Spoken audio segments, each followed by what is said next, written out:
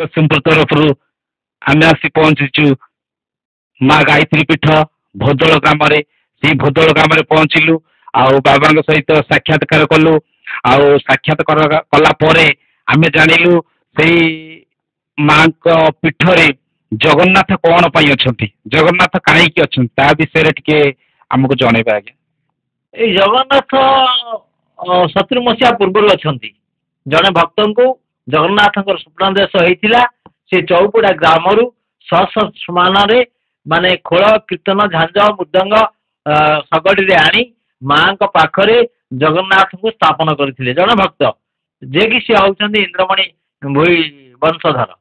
ତେଣୁ ସେ ଆଣି ସାରିଲା ପରେ ମାଙ୍କ ପାଖରେ ସେ ଦ୍ୱିତୀୟ ସ୍ଥାନରେ ପୂଜା ପାଉଥିଲେ।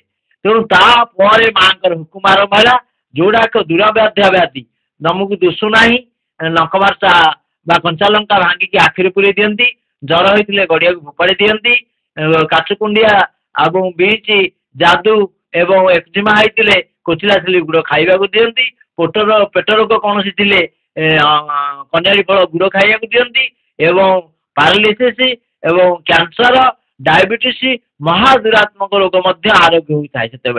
ଯେତେବେଳେ କି ମାଙ୍କର ଦ୍ୱିତୀୟ ସ୍ଥାନରେ ସେଇ ଜଗନ୍ନାଥ ସ୍ଥାପନ କରାଗଲା ସେଇ ସ୍ୱପ୍ନ ନିର୍ଦ୍ଦେଶରେ ଜଣେ ଭକ୍ତଙ୍କ ଦ୍ୱାରା, ତାପରେ ଜଗନ୍ନାଥ ସ୍ୱପ୍ନଇଲେ ଯେ ମୋ ଧାମରେ ଅନ୍ୟ ଭକ୍ତମାନେ ଯୋଉମାନେ ଆସୁଛନ୍ତି କି ସେମାନେ ମାଙ୍କର ପ୍ରସାଦ ପାଇବେ।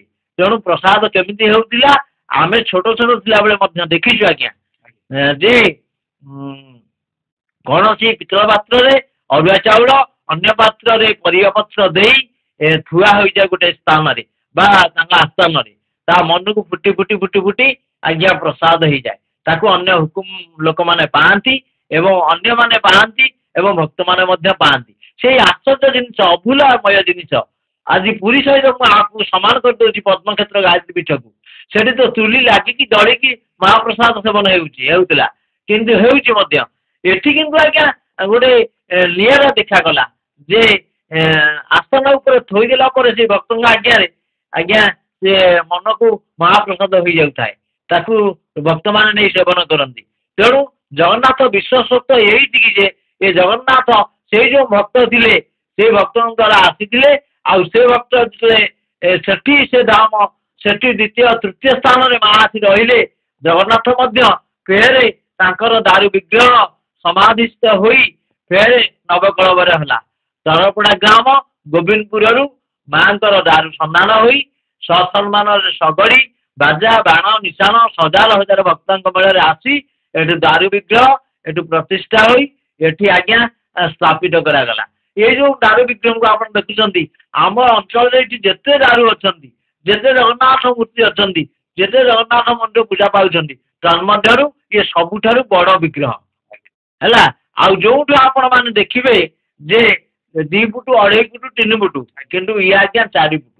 ତେଣୁ ଆଉ ଅନ୍ୟ ଜାଗାରେ ଆପଣ ମାନେ ପାଇବେ ନାହିଁ ଏଭଳି ଜଗନ୍ନାଥ। ଏଇ ଜଗନ୍ନାଥ ଯୋଉ ଆପଣ କହିଲେ, ଜଗନ୍ନାଥ ତ ଆପଣ ଏଠି ଜଗନ୍ନାଥଙ୍କର ଚତୁର୍ଦ୍ଧା ମୂର୍ତ୍ତି ରଖିଲେ, ଯେ ଜଗନ୍ନାଥ ରଖିଲା ପରେ ଏଇ ଜାଗାରେ ଏଇ ଭୋଦଳ ଧାମରେ ଶ୍ରୀକ୍ଷେତ୍ର କାହିଁ ନ କରାଗଲା ଆଜ୍ଞା? ତେଣୁ ଏଇଠି ଆମେ ଆପଣ ମାନଙ୍କୁ କହିଦଉଛୁ, ମୁଁ ଆପଣଙ୍କୁ କହିଛି ନା, ମୁଁ ଯାହା ଶୁଣିଛି ଆପଣଙ୍କୁ କହୁଛି ଯେ ଏଠି ମାଙ୍କର ଧାମରେ ଅଚ୍ୟୁତାନନ୍ଦ ମାଳିକାରେ ମଧ୍ୟ ପ୍ରମାଣିତ ଅଛି ଯେ ଅସିନ୍ଦଳ ଭୋଦଳ ଗ୍ରାମେ, ଏଠି ଅସିନ୍ଦଳ ଅଛି, ଭୋଦଳ ମଧ୍ୟ ଅଛି, ଅରିମଳ ମଧ୍ୟ ଅଛି। ଅଚ୍ୟୁତାନନ୍ଦ ମାଳିକାରେ ମଧ୍ୟ ଲେଖା ଅଛି, ମୁଁ ଜନ୍ମିବି ଯୋଗଳ ଗ୍ରାମରେ, ବଢ଼ିବି ଅସିନ୍ଦଳ ଗ୍ରାମରେ, ମୂର୍ତ୍ତି କରିବି ନୀଳା, ଗୁପତେ କରୁଥିବି ଖେଳା। ତେଣୁ ଗୁପତରେ ଏଠି ଭଗବାନ ଅଛନ୍ତି ବୋଲି ଆମେ ଜାଣିଛୁ, ଅନ୍ୟମାନେ ଭକ୍ତମାନେ ମଧ୍ୟ କୁହନ୍ତି। ତେଣୁ ତନ୍ମଧ୍ୟରୁ ଜଗନ୍ନାଥ ଏଇଠି ଅଛନ୍ତି। ଜଗନ୍ନାଥଙ୍କର ମଧ୍ୟ ଭାଗବତ ମାସ ଭିତରେ ପର୍ବ ହେଉଛି ଆଜ୍ଞା। ପ୍ରତି ମାସରେ ପ୍ରତି ପୂର୍ଣ୍ଣିମା ପ୍ରତି ସଂକ୍ରାନ୍ତିରେ ମଧ୍ୟ ଏଠି ପୂଜା ଅର୍ଚ୍ଚନା ହୁଏ, ପ୍ରସାଦ ସେବନ ହୁଏ, ଅନ୍ୟମାନେ ପ୍ରସାଦ ପାଆନ୍ତି। ଏବଂ ଏଠି ମଧ୍ୟ ମହାପୁରୁଷ ମାନେ ଆଗରୁ ଜଣେ 2 ଜଣ ମହାପୁରୁଷ ମଧ୍ୟ ଥିଲେ। ତନ୍ମଧ୍ୟରୁ ବର୍ତ୍ତମାନ ପାଇଁ ଆଜ୍ଞା ମୁଁ ରହିଛି।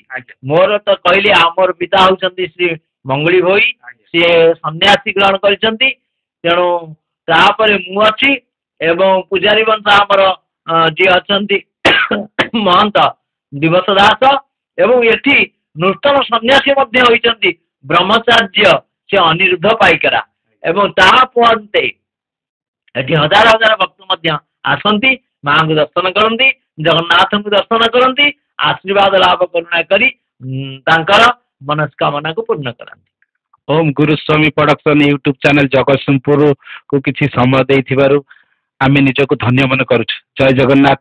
ओम नमो भगवते ओम नमो वासुदेवाय ओम नमो पंचमुखी ओम नमो शिवाय ओम नमो शिवाय। जय जगन्नाथ।